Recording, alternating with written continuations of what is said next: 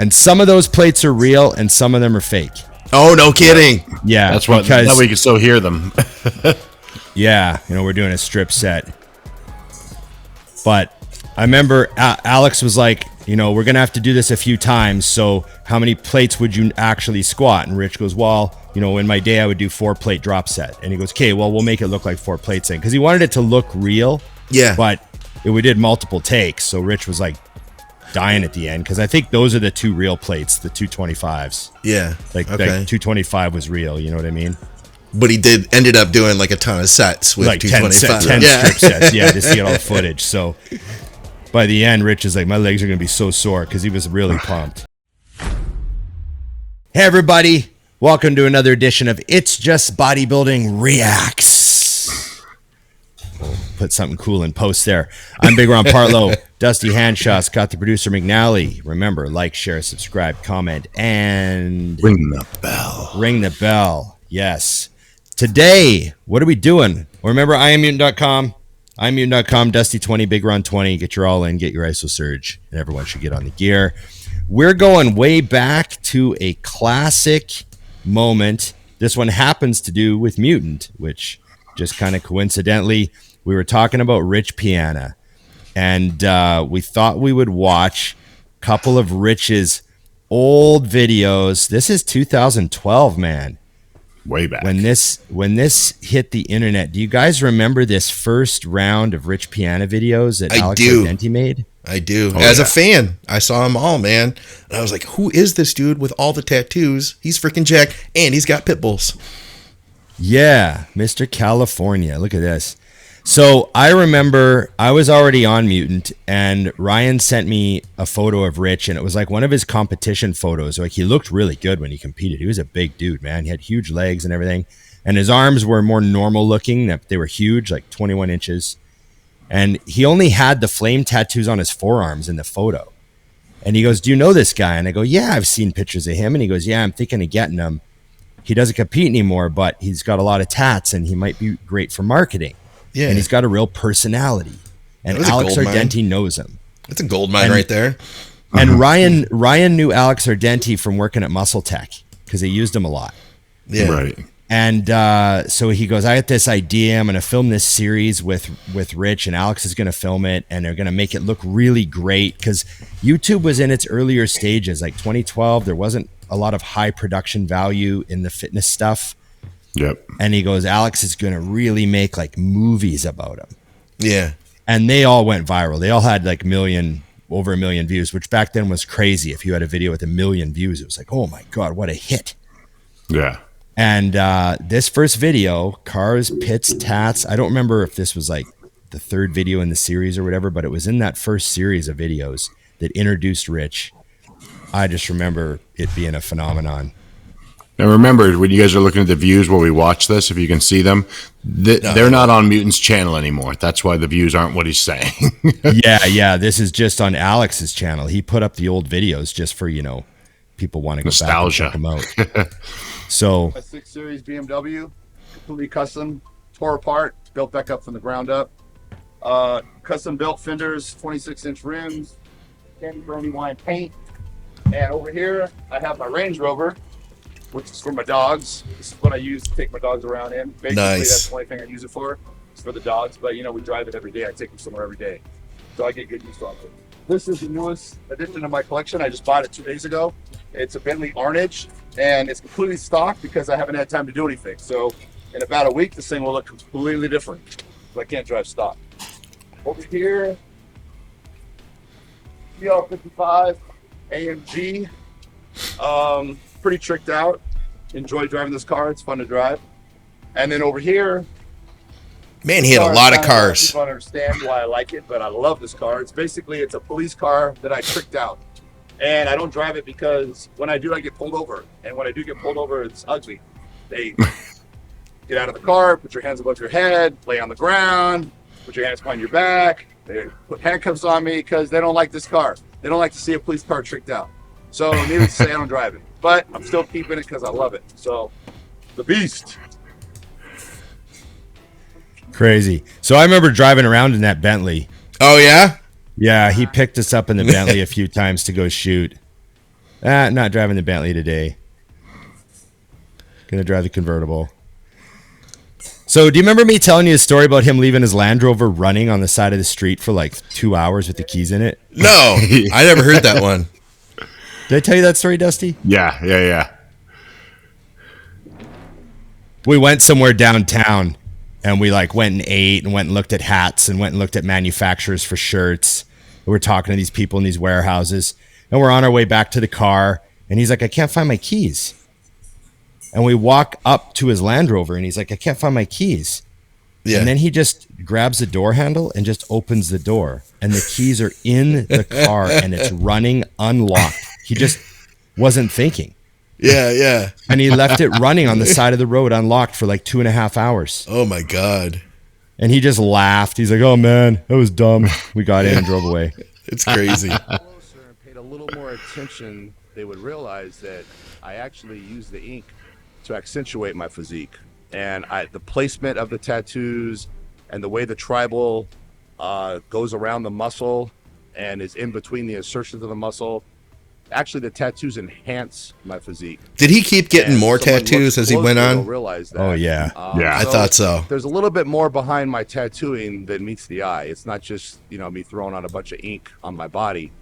There's a lot of time and effort and strategic placing that went into that. And believe it or not, if I didn't have the tattoos, I wouldn't look as round and full and big as I do. Hate to admit that to the real world, but that's the truth. So there's a lot more behind my tattooing than meets the eye. I've been getting tattoos for about 15 years, and as I add tattoos and I add muscle to my physique, I'm basically coming up with the physique that I find to be ideal. I love that white dog. I want that dog. So yeah, there's a lot more to it. So take a closer look, and you'll see what I'm talking about. This was the backyard at the house he lived in. I was at this house a bunch of times. Oh, yeah? Yeah. One of the highlights of my day is spending time with my dogs. I have 2 pit bulls that are the most amazing dogs anyone could imagine having. And my favorite thing to do, one of my most favorite things is working out, obviously. And when I get done working out, I like to go home, throw some meat on the barbecue, have a little family barbecue with my animals, and turn the waterfall on and grab the tennis balls, and it's playtime. And as soon as the dogs see me come home, they run towards the door because they know what it is. It's it's playtime. And sounds like a hell of a day to me. I'll take that. 10, 11 hours straight. And swimming is just the best exercise for them. It's easier on their joints. And at the same time, I'm getting some sun. I'm getting a little cardio on myself. And, being around the dogs don't stress. They don't think about what's going on tomorrow, what went on yesterday. Yeah. And, it kind of gives me the same mindset, just, a break from the world. And it's just me and the dogs and the pool and the sun. And it's amazing. I can't. Yeah, I'll never forget this video. We got a bunch of them, don't we? Yeah. Yeah. Yeah. That one was like a huge hit. It was like one of his big intro videos. I remember he drove that Bentley to Vegas, and then we drove around in Vegas in that Bentley, and he had whole trunk. The whole trunk was full of speakers. You couldn't put anything in the trunk. It was just like a big sub. So I helped. I was there that day helping film this. Like I was with Alex, and we were walking around, and helping him out. It was me, Rich, Alex, and I think and I was even in the video a bit. I helped interview him. Yeah.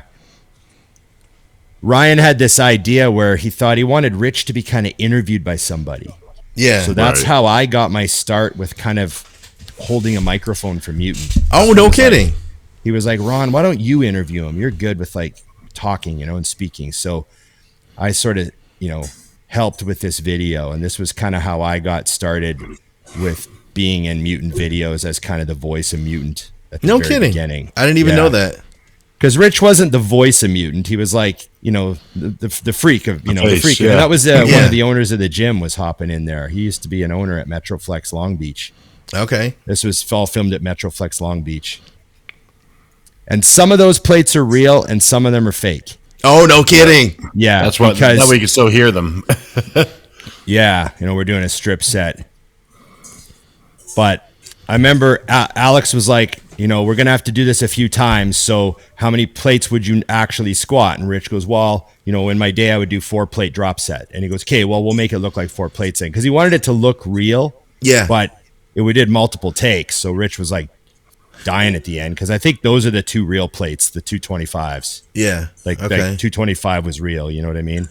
But he ended up doing like a ton of sets with like 225. 10 strip sets. Yeah, just to get all the footage. So by the end, Rich is like, my legs are going to be so sore because he was really pumped.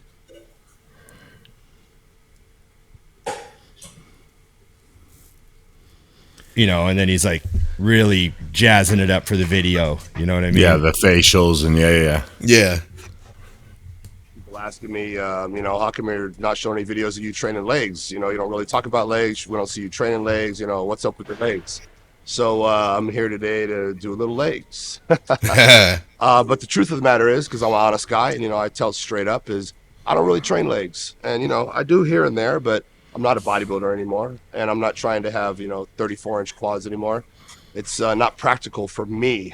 I'm never going to get on stage, and to put jeans on and not have them fit, and to put baby oil between my legs every day and have rashes and nowhere for certain things to be. It just doesn't make sense to me. So my legs right now, honestly, measurement is about 29.5, which a lot of people would say, hey, that's that's a little small for a guy that weighs 290, and that's fine. I don't really care what other people think of my physique. It's more about what I think. I have to look in the mirror every day and be happy, and this is what makes me happy. If I wanted big legs, I could have them in about 3 months.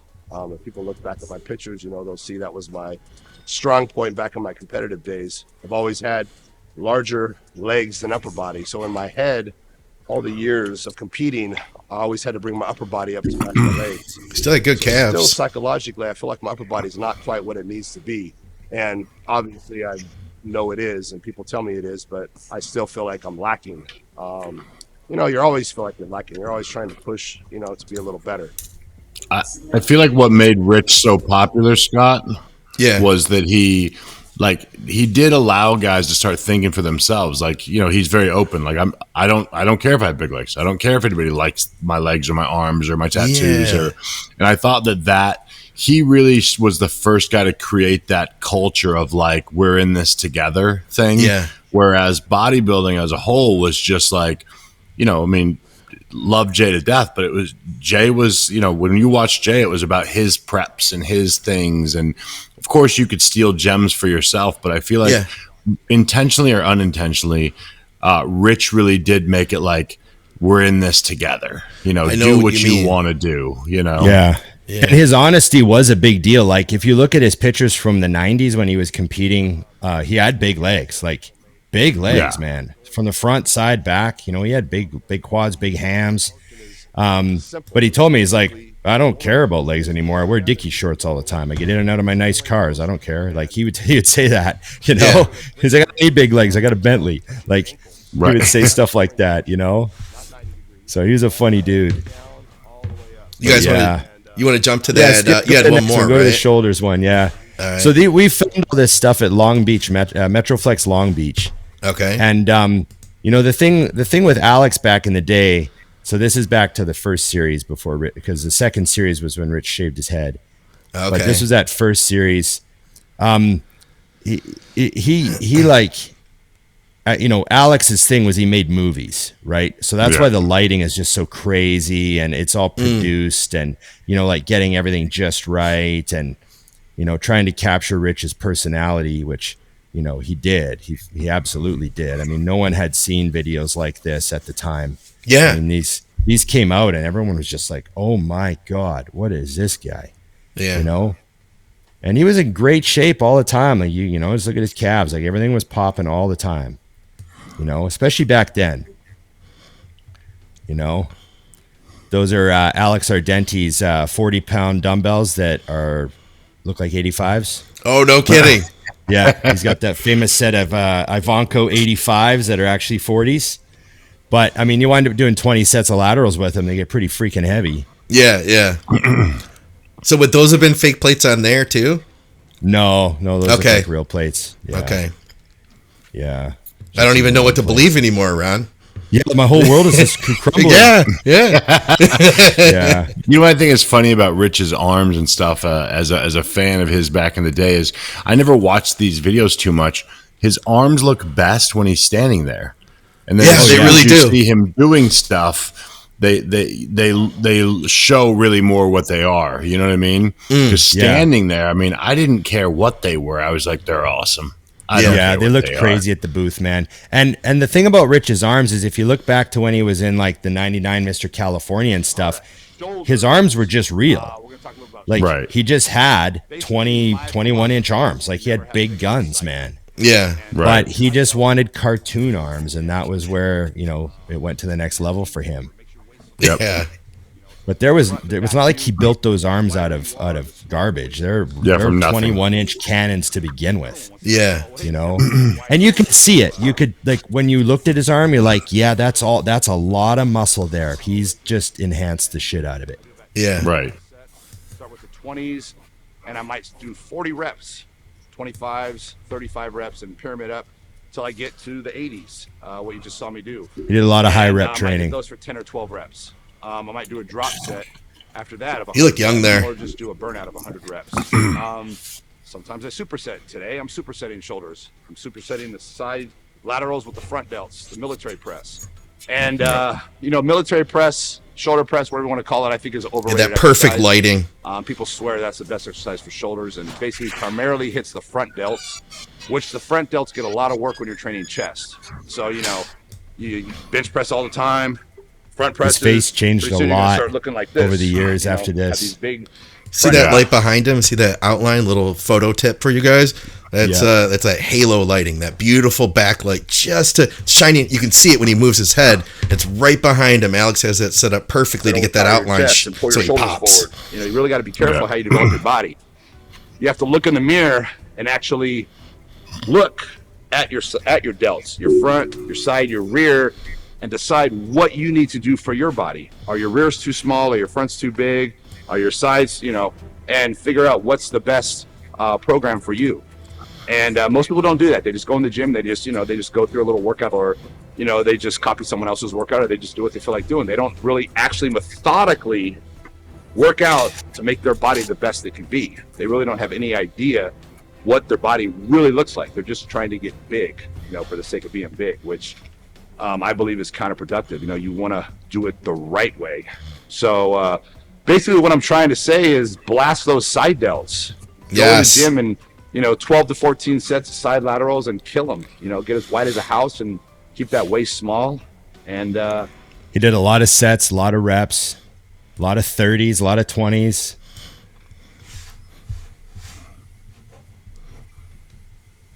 I think it's great. You know, on our last episode, Scott, you were talking about how quickly bodybuilders disappear when they retire, as far as like people don't know. Yeah. But Rich has not. Yeah. Like kids that were not around when he was doing this have seen this.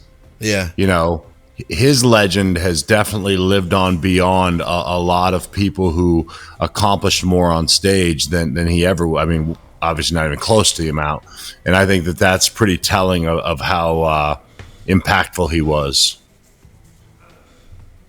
I still get people all the time ask me about him. What was Rich like? What was Rich like, you know? So you get young guys just getting into it now, and they're like, yeah, I just started watching Rich Piana videos. And I'm like, oh, really? Like, you're just watching those now? But we filmed those when you were 5. Yeah. Can you close us out with another Rich story, Ron? Because you had all those different experiences hanging out with him. Yeah. I mean, he was just such an interesting dude. He you know, like I remember we'd go to eat, and he'd take me to, like, he'd be like, what do you want? I'd be like, I don't know, meat and rice. He'd be like, I got a place. And we just like drive to a place, and he'd walk in, and everyone in the kitchen be like, Rich. Yeah. You know, like he was that guy. And he lived in LA. Like, you know what I mean? Like, you're in a city with like, what, 14 million people? And, you know, you go somewhere and everyone knows your name. Like, just funny. He did like 5, you know, we'd go. I remember it was like we trained at Gold's Venice one time, so it was like midnight when we were done. Yeah. And he's like, oh, we got to go eat. And we went to Jerry's Diner. because there's Jerry's Diners are open 24 hours. So we go to Jerry's Diner, and the waitress comes over, and she's like this old like career diner waitress. You know, she's like 45. You know, got a chainsaw voice. Yeah, she comes over, she's like, Mr. Piana. Like, you know what I mean? And I go, when's the last time you were here? And he's like, oh, I haven't been here for months. Yeah. Right. But the woman working the night shift on a Tuesday knows his name. She's like, Mr. Piana, how's it going? And he's like, good. We'll get the omelet. You know, like he's just funny, man. And he just knew someone everywhere we went. It was always like he had a guy for everything, you know? And I remember, would I tell you when I went to his house and he had all those guns just laying on the table? No, I don't think so. Yeah, just like my kind of guy. I like this guy more and more. Yeah, like go over to his house one time and he's like answers the door just in his shorts, no shirt, nothing, just answers, come on in. And I walk in and there's a Beretta and a Chrome 45 and a big pile of shell boxes just sitting on the kitchen table. And he's like, I was cleaning my guns. I'm like, oh yeah. And then I like open his fridge. He goes, you want a Diet Coke? And I was like, yeah. And I open the fridge. There's nothing in the fridge but egg whites. Okay. Like, you don't have any food in your fridge? He's like, no, I just eat out. Oh, wow. Yeah. He's like, I have egg whites in the morning. I drink a 500 ml egg white and I have some like oatmeal. And then the rest of the day, I just eat out. Order food, pick up food. That's why he knows everyone at every restaurant in his neighborhood. He goes everywhere. And he eats a lot. Yeah. You know, there's this place called The Habit. It was like a burger joint. Oh, I love The Habit. We ate at The Habit he ate at The Habit like every day. You know, it was just funny to me. He just lived in a different world. Like 5 cars in the driveway, guns on the table, 2 pit bulls. Yeah. I love this guy. He's amazing. Nothing but restaurant food, walking around peeled. Just like, you know, craziest situation. That was life. Yeah. I never, ever met anybody like him. He was a character. Likewise. You know? And he got it too. He got it. He got that. He got what marketing was. He got that he was a product that, like, he got that, you know, he had a role and like every fan was important. Yeah. Like, you know, I mean, like every fan that he encountered was like the Mr. Olympia to Jay. Like he saw that as how he can keep being successful. Like that's his role, is to take time for every fan. Yeah. And I mean, we watched it, Dusty. I mean, we watched it happen after he left Mutant, when he went on his own brand there with the 5% crew and all that.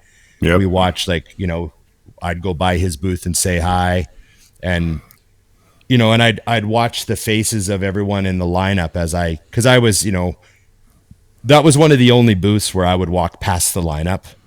Right. You know how you hate doing that? Like, I won't do that to Jay. I won't like walk past the lineup and go into Jay's booth and assume I can just take a minute of Jay's time, because I don't know, I have a different type of respect for Jay, I guess. But I feel like Rich wanted me to do that in a way, you know? Right. Yeah. So like I would walk past his lineup up to the booth and he would stop what he was doing. He'd go, Big Ron, and he'd make a big scene, and I'd go in his booth, we'd take pictures, but I'd watch the faces of everyone in the lineup, and you could tell they were just like, oh my God, well, Big Ron gets to be friends with Rich. Like, you just tell they had that. They all just idolized him, man. And it'd be a whole lineup of guys in Dickie shorts. Oh yeah. And they were like a whole crew of characters too. Every single one of them. Yeah. That was like one of the most specific crowds. It really was. Because, you know, Jay Cutler's line, the reason I wouldn't do that to Jay is because I felt like a lot of people in Jay's line wouldn't know who I was, so they get pissed off. It was that guy taking Jay's time. Yeah. Right. Because it's like a variety of people. But I felt like at Rich's booth, everyone in the line knew Rich's story. So they would all go, oh, that's Ron. He's from Mutant. He gets to do that. Yeah. So it was a different vibe. But yeah, he had the most specific crowd of any lineup at the booth ever that I've ever seen. I'd agree with that. Yep, to this day. You know, and I remember there was a big hole in the wall at his house, and I just never asked any questions as to why there was a giant hole in the wall. He just never mentioned it. He just like, I don't know. So it's one of those things. Guns on the table and the shotgun behind the door. I was like, I'm not gonna ask about the hole in the wall. You know, we'll leave that one be. Funny dude. Yep. I got a lot of stories about Rich, but I won't tell them all on the podcast. Yeah. Some can't make it here. No. And I've heard a lot of them too. Like the business stuff was just so like, we'll have to do another one of these at some time, just because there is so much more that we could talk about. Yeah. You know? Yeah. I mean, I think a lot of people will see this and they'll be like triggered by memories. Like, oh my God, flashbacks. Yeah. You know? So I think you were today. I mean, I haven't watched any of those in a while. And you got to hand it to Alex. Like, he was the perfect guy to shoot those rounds. Like, they looked unlike anything else on YouTube at the time. It was like a kind of a birth of a new era of. That's what caught my eye watching those. I was like, "What is this?" And so high quality, you know. Yeah, it's Alex Ardenti's like signature kind of documentary film style. It wasn't workout videos. They were like little mini movies, you know. They really were. Yep. Yeah, and he really storyboarded those too. They were not like when you show up to shoot somebody and they're like, oh, we're doing leg press, and you just walk over to leg press and film them. Like Alex had like storyboards. Like when you see the drawings at the end of a Star Wars episode on Disney and you see the drawings of what each scene's supposed to look like. Yeah. Alex had like sketches of stuff and like, I'm going to have a camera here. And like we went into Metroflex and we moved equipment around. That was why we filmed there, was because you can't do that at every gym. And Metroflex had hardly anything bolted down. Yep. So he was like, okay, we got to turn that machine because we need this light here. So you'd like move stuff out of the way and rearrange the gym and set up every single scene. Wow. So it was a big deal. Yeah. Yeah. Fun times. Absolutely. Okay. Remember, like, share, subscribe, comment, and ring the bell. Yes. Remember, IamMutant.com. Get your ISO search, get your all in. Everyone get on the gear. Dusty 20, Big Ron 20. Thanks, guys. And remember, it's just bodybuilding reacts.